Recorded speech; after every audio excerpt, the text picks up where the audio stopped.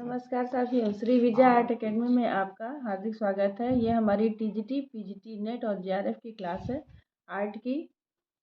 इसमें मैं दोस्तों लेकर के आई हूँ आपके लिए 55 प्रश्न हैं, अवनींद्रनाथ टैगोर से रिलेटेड हैं। इसको देखने से पहले दोस्तों हमारे चैनल को लाइक करिए, सब्सक्राइब करिए और घंटी का बटन जरूर दबाएं और अपने सभी दोस्तों में शेयर करिए जिसका लाभ आप सभी को मिल सके। आइए देखते हैं, मेरा जो पहला प्रश्न है, अवनींद्रनाथ टैगोर का जन्म कहाँ हुआ था? ए ढाका, बी कलकत्ता, सी बम्बई, डी लाहौर। तो आप सबको पता है कि अवनींद्रनाथ टैगोर का जो जन्म हुआ था वो कोलकाता में हुआ था। अगला प्रश्न देखिए, अवनींद्रनाथ टैगोर का जन्म कब हुआ था? ए 8 अगस्त 1971, बी 6 अगस्त 1871, सी 7 अगस्त 1871, डी 7 अगस्त 1870। देखिए बहुत ही नियर अबाउट ऑप्शन है, तो इसमें आपको जानना है कि इनका जन्म हुआ था 7 अगस्त 1871 को। अगला प्रश्न देखिए, अवनींद्रनाथ टैगोर के पिता का क्या नाम था? ए गिरीन्द्रनाथ, बी गुणेन्द्रनाथ, सी रविंद्रनाथ, डी इनमें से कोई नहीं। इनके जो पिताजी थे उनका नाम था गुणेन्द्रनाथ टैगोर। अगला प्रश्न देखिए, अवनींद्रनाथ की कलाकार बहन का क्या नाम था? ए सुलोचना, बी सुनैनी देवी, सी ललिता देवी, सी यामिनी राय। तो इनकी जो कलाकार बहन थी उनका नाम था सुनैनी देवी। दोस्तों ये भारत की पहली महिला कलाकार मानी जाती हैं। अगला प्रश्न देखिए, 1881 से 1890 के मध्य अवनींद्रनाथ ने कहाँ से कला शिक्षा प्राप्त की? ए कोलकाता, बी नई दिल्ली, सी लखनऊ, सी शांति निकेतन। तो इन्होंने जो अपनी कला शिक्षा प्राप्त की थी वो कोलकाता से प्राप्त की थी। संस्कृत कॉलेज था, वहाँ से इन्होंने एडमिशन लिया था और वहाँ से अपनी शिक्षा प्राप्त की थी। अगला प्रश्न देखिए, 1893 से 1895 ईस्वी के मध्य अवनींद्रनाथ टैगोर ने किससे तैल रंग की शिक्षा प्राप्त की? A Gilhardi, B Hishida, C Charles Palmer, D Yokohama Taikan. तो 1893 से 1895 ईस्वी के मध्य अवनींद्रनाथ ने तैल रंग की शिक्षा चार्ल्स पामर से प्राप्त की थी। इनसे तैल रंग की शिक्षा ली थी और रेखा चित्रों को सीखा था। अगला प्रश्न देखिए, अवनींद्रनाथ ने पेस्टल रंग की शिक्षा किससे प्राप्त की थी? A Charles Palmer, B Gilhardi, C Hishida, D Yokohama. तो इन्होंने पेस्टल रंग की जो शिक्षा थी वो सिनोरधी गिल्हार्डी से प्राप्त की थी।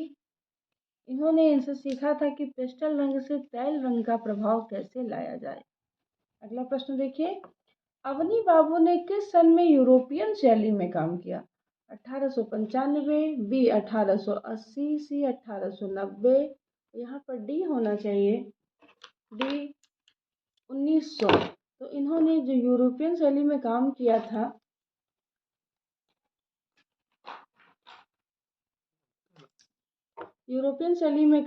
था तो वो समय था 1895। अगला प्रश्न देखिए, किस वर्ष अवनींद्रनाथ ने याकोहामा तैकान से जापानी वॉश पद्धति सीखी थी?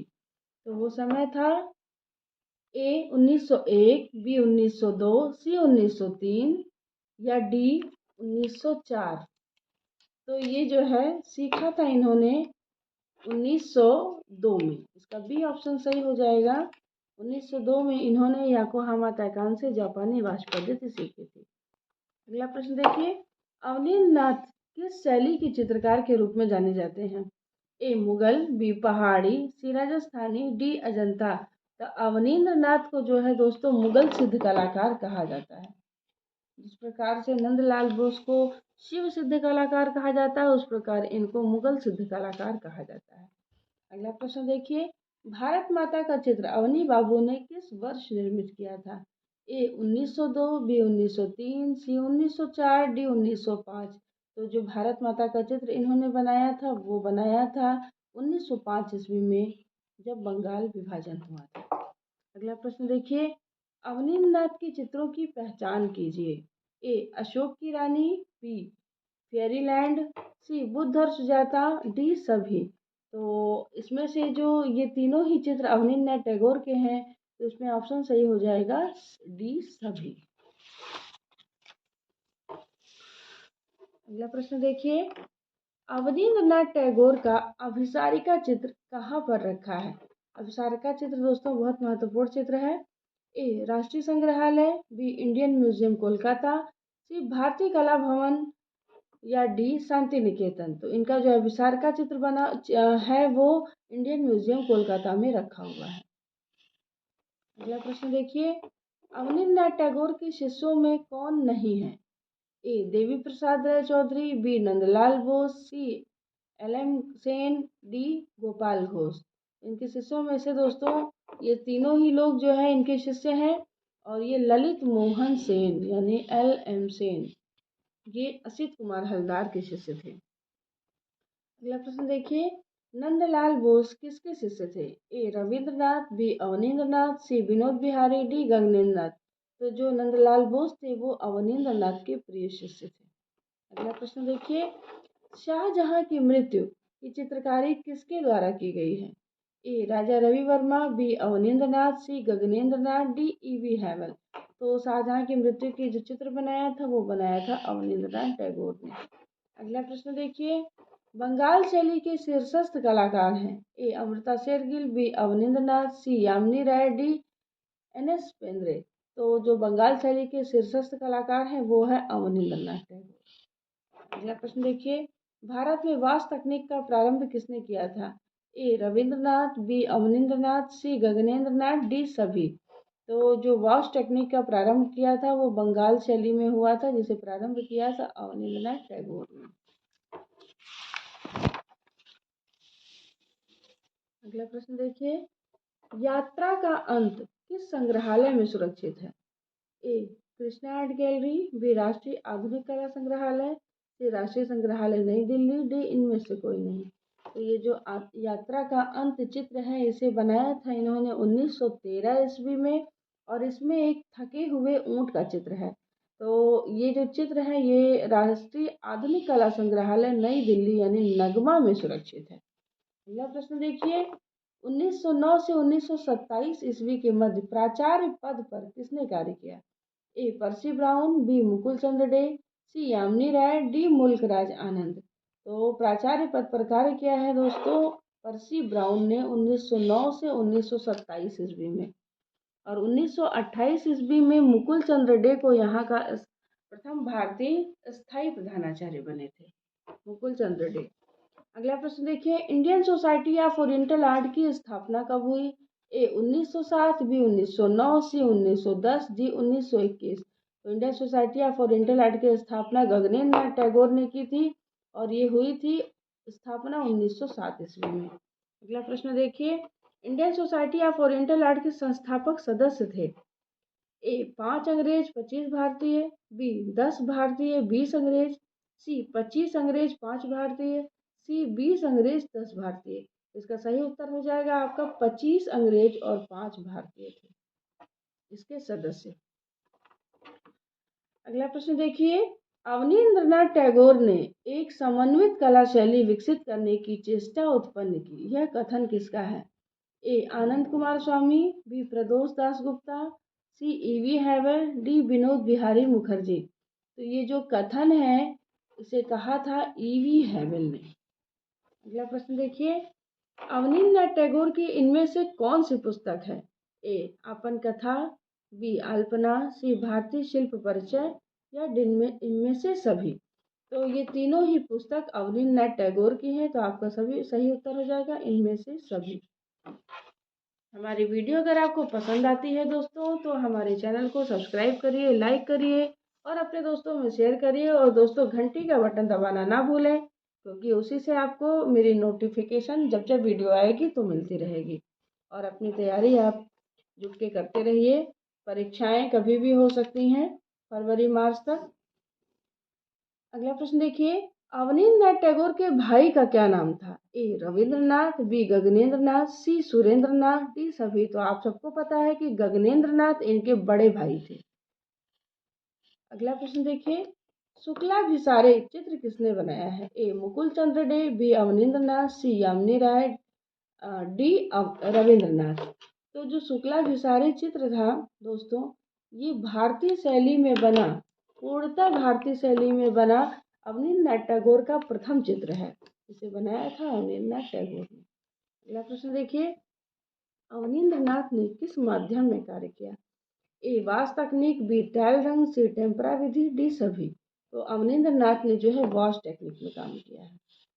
अगला प्रश्न देखिए, अवनींद्रनाथ ने उमर खयाम चित्रावली को कब पूरा किया? ए 1918 से 1920, बी 1910 से 1912, सी 1905 से 1908, डी 1908 से 1910। तो जो इन्होंने उमर खयाम श्रृंखला बनाई है वो इनसे पूरा किया था उन्होंने 1908 से 1910 ईस्वी, यानी इसका उत्तर सही हो जाएगा डी। अगला प्रश्न देखिए, शांति निकेतन में कला भवन की स्थापना कब हुई? ए 1918, बी 1919, सी 1920, डी 1921। तो जो शांति निकेतन में कला भवन की स्थापना हुई थी वो हुआ था 1919 में। अगला प्रश्न देखिए, अवनींद्रनाथ टैगोर ने अरेबियन नाइट्स किस सन में बनाया था? ए 1929, बी 1930, सी 1931, डी 1932। तो जो अरेबियन नाइट श्रृंखला थी उसे बनाया था इन्होंने 1930 ईस्वी में। अगला प्रश्न देखिए, भारतीय शिल्प षडंग के रचयिता कौन है? ए रविंद्रनाथ, बी अवनींद्रनाथ, सी गगनेंद्रनाथ, डी सुरेंद्रनाथ। तो भारतीय शिल्प षडंग जो पुस्तक है उसके रचयिता हैं अवनींद्रनाथ टैगोर। और इसको आपको बताते चलें कि ये जो भारतीय शिल्प षडंग पुस्तक लिखी गई थी वो अंग्रेजी भाषा में लिखी गई थी। अगला प्रश्न देखिए, अवनींद्रनाथ के चित्रों की शैली क्या थी? ए यथार्थवादी, बी समन्वयवादी, सी समीक्षावादी, डी इनमें से कोई नहीं। अवनीनाथ की जो शैली थी वो समन्वयवादी थी, कई शैलियों को मिलाकर चलने वाली समन्वयवादी शैली थी। अगला प्रश्न देखिए, ओकाकुरा जापान से भारत कब आए? ए 1905, बी 1907, सी 1902, डी 1910। ओकाकुरा जापान से भारत आए थे सन 1902 ईस्वी में। अगला प्रश्न देखिए, ओकाकुरा जापान से भारत कब आए? तो दिया हुआ है सन ए 1905, बी 1907, सी 1902 और डी 1910। तो ओकाकुरा जो जापान से भारत आए थे वो आए थे 1902 ईस्वी में। अगला प्रश्न देखिए, अवनींद्रनाथ टैगोर ने राधिका चित्र किस माध्यम में बनाया? ए टेम्परा पद्धति, बी वॉश पद्धति, जल रंग व वाश पद्धति, डी तैल रंग। तो इन्होंने ये जो राधिका चित्र था उसे कागज पर जल रंग की वॉश पद्धति में बनाया था। अगला प्रश्न देखिए, अवनींद्रनाथ ने कौन सा चित्र बनाकर अपना ब्रश त्याग दिया? ए शाहजहां की यात्रा, बी यात्रा का अंत, सी काव्य महाप्रयाण, डी सभी। तो अवनींद्रनाथ टैगोर ने ये जो बनाया था चित्र काव्य महाप्रयाण, ये कविवर गुरु रविन्द्रनाथ टैगोर की जब मृत्यु हुई थी 1941 ईस्वी में, उससे वो बहुत दुखी हुए थे और 1941 में उन्होंने ये चित्र बनाया था। उसके बाद उन्होंने अपनी तुलिका का त्याग कर दिया। ये उनका अंतिम चित्र है। अगला प्रश्न देखिए, रानी चंद्रा किसकी शिष्या थी? ए रविन्द्रनाथ, बी सुरेंद्रनाथ, सी गगनेंद्रनाथ, डी अवनींद्रनाथ। तो जो रानी चंद्रा थी वो जो है अवनींद्रनाथ टैगोर की शिष्या थी। अगला प्रश्न देखिए, चित्रकला के 6 अंगों पर उनकी लिखी हुई पुस्तक भारत शिल्पेर षडंग किस सन में लिखी गई थी? ए 1915, बी 1914, सी 1913, डी 1912। तो जो ये पुस्तक इन्होंने लिखी थी वो लिखा था 1914 में। अगला प्रश्न देखिए, the introduction to Indian artistic anatomy के लेखक कौन है? A Rabindranath Tagore, B Yamini Roy, C Abanindranath Tagore, D Gaganendranath Tagore. तो ये जो the introduction to Indian artistic anatomy के लेखक हैं वो अवनींद्रनाथ टैगोर हैं। अगला प्रश्न देखिए, अवनींद्रनाथ ने रविंद्रनाथ की पुस्तक चित्रांगदा के लिए कितने रेखा चित्र बनाए? ए 30, बी 31, सी 32, डी 29। तो उन्होंने बनाए हैं 32 रेखा चित्र। अगला प्रश्न देखिए, अवनींद्रनाथ के द्वारा बनाई गई काटुम कुटुम की कृति उल्लू काष्ठ से निर्मित कहाँ सुरक्षित है? ए राष्ट्रीय आधुनिक कला संग्रहालय, बी विक्टोरिया मेमोरियल, सी रविंद्र भारती सोसाइटी, डी कस्तूरी भाई लाल भाई के संग्रह में। तो ये जो कृति है उल्लू, ये संग्रहित है आपका राष्ट्रीय आधुनिक कला संग्रहालय नगमा में, नई दिल्ली। यह प्रश्न देखिए, 1895 से 1905 ईस्वी के मध्य अवनी बाबू ने किस शैली की तकनीकी शिक्षा ली थी? तो 1895 से 1905 के बीच इन्होंने राजपूत शैली की शिक्षा ली थी, राजपूत तकनीक की। अगला प्रश्न देखिए, मुगल शैली में बने ये चित्र किसके द्वारा बनाए गए हैं? ताज का स्वप्न, नूरजहां, आलमगीर। ए नंदलाल बोस, बी अवनींद्रनाथ टैगोर, सी यामिनी राय, डी रविंद्रनाथ। तो ये जो चित्र बनाए गए हैं ये अवनींद्रनाथ टैगोर के द्वारा बनाए गए चित्र हैं। अगला प्रश्न देखिए, अवनी बाबू ने किस कलाकार से राजपूत शैली की तकनीकी शिक्षा ली थी? ए शिव प्रसाद, बी राम प्रसाद, सी लक्ष्मण प्रसाद, डी सुनील दास। तो जो अवनी बाबू थे उन्होंने राजपूत शैली की जो शिक्षा ली थी वो राम प्रसाद से ली थी। इनमें से अवनींद्रनाथ टैगोर की एक कृति नहीं है। ए गणेश जननी, बी वीणा वादक, C moon rise music party, D Lakshmi. तो इसमें से जो चित्र है वो लक्ष्मी जो चित्र है ये अवनींद्रनाथ द्वारा बनाया गया नहीं है।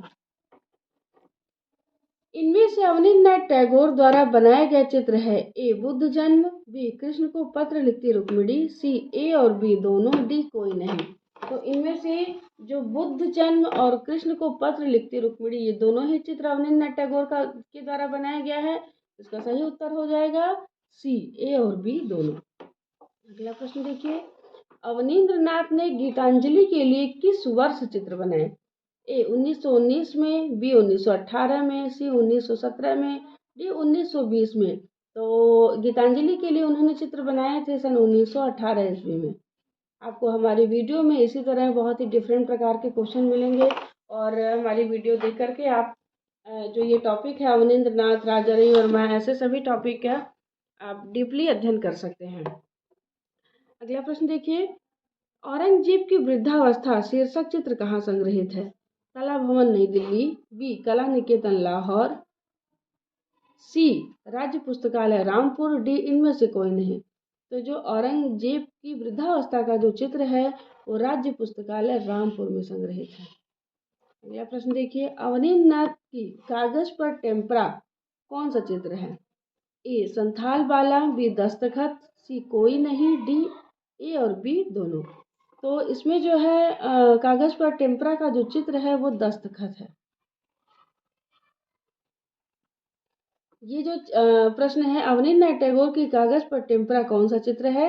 ए संथाल वाला, बी दस्तखत, सी कोई नहीं, डी ए और बी दोनों।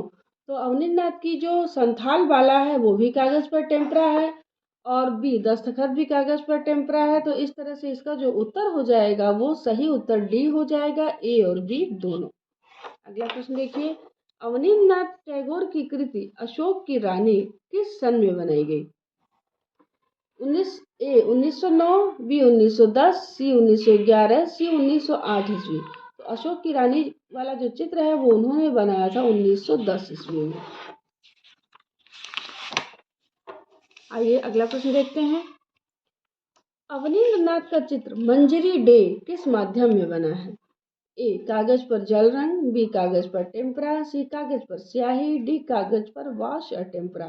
तो जो इनका चित्र है मंजरी डे वो कागज पर स्याही में बना हुआ है। दोस्तों ये जो इतने बड़े बड़े कलाकार हैं इनके सभी चित्रों को पढ़िए और जो प्रसिद्ध चित्र हैं उनका माध्यम जरूर याद रखिए।